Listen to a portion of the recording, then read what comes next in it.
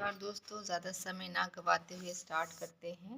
अंतिम दिन रह गए हैं तो ज़्यादा समय नहीं खराब करना है। The national education policy NEP 2020 emphasizes which key reform for higher education institutions?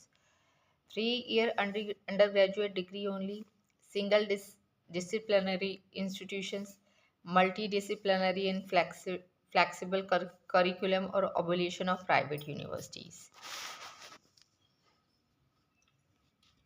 तो इसका ऑप्शन होगा C. Which of the following bodies is respond for higher education institute of India, responsible for higher education institute of India? तो ये तो सबको पता है, UGC। As per NEP 2020 the regulatory system for higher education will be govern by which umbrella body?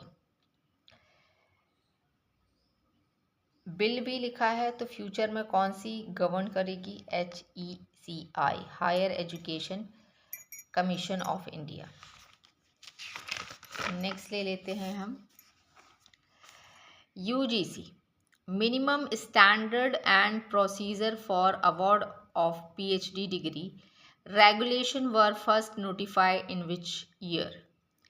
ये Delhi registrar के paper में ये क्वेश्चन आया था कि UGC minimum standard and procedure for award of PhD degree regulation were first notified in which year?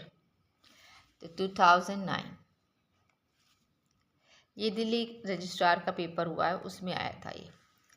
भारतीय संविधान का कौन सा अनुच्छेद एक वित्तीय वर्ष के लिए सरकार की अनुमानित प्राप्तियों और व्ययों का विवरण प्रस्तुत करने का आदेश देता है?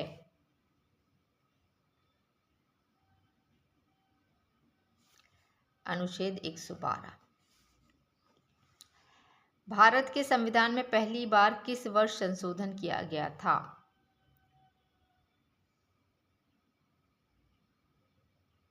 (1951) संसद के दोनों सत्रों के बीच अधिकतम अंतराल कितना हो सकता है?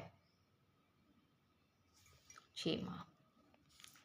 यूनेस्को द्वारा 2021 में अपनाया गया वैश्विक AI ढांचा मुख्य रूप से निम्नलिखित पर केंद्रित है? क्योंकि यूनेस्को हमारे सिलेबस में है तो ये इम्पोर्टेंट क्वेश्चन हो गया है। यूनेस्को द्वारा 2021 में अपनाया गया वैश्विक AI ढांचा मुख्य रूप से निम्नलिखित पर केंद्रित है। तो यह है नैतिक मानव केंद्रित AI को बढ़ावा। नेक्स्ट ले लेते हैं कि which organisation has release the global antibiotic resistance surveillance report 2025? तो ये WHO। किस भारतीय संस्थान ने नई साइफन आधारित तापीय विलवीकरण प्रणाली विकसित की है? तो ये IISc। ठीक है। Which ministry launch the PM Vishwakarma योजना? मतलब PM विश्वकर्मा योजना कब लॉन्च हुई थी? ये कमेंट करके मुझे बताएं ईमानदारी के साथ कि PM विश्वकर्मा योजना कब लागू की गई थी, ये मुझे कमेंट करके बताएं। दूसरा, उसमें कितने व्यवसायों को या कितनी टाइप की स्किल्स को इंक्लूड किया गया है, और मध्य प्रदेश में PM विश्वकर्मा के अंतर्गत कितने जिलों को चिन्हित किया गया था? ठीक है। तो which ministry launch the PM Vishwakarma योजना?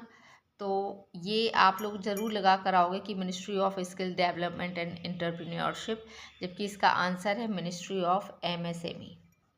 तो which ministry launch the PM Vishwakarma योजना? तो इट्स MSME। ठीक है, इसे याद रखिएगा। नेक्स्ट है college seeking UGC grant must obtain recognition under which section of UGC act? मतलब कि किसी भी कॉलेज को रिकग्निशन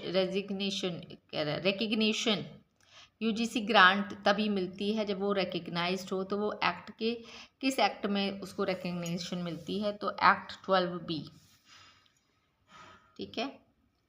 नेक्स्ट ले लेते हैं कि NAAC aggregation of higher education institute remain valid for? ये पिछले साल का क्वेश्चन है, 2022 में आया था। 5 years। University having central campus for imparting education are called? Central university, deemed university, residential university और ओपन यूनिवर्सिटी।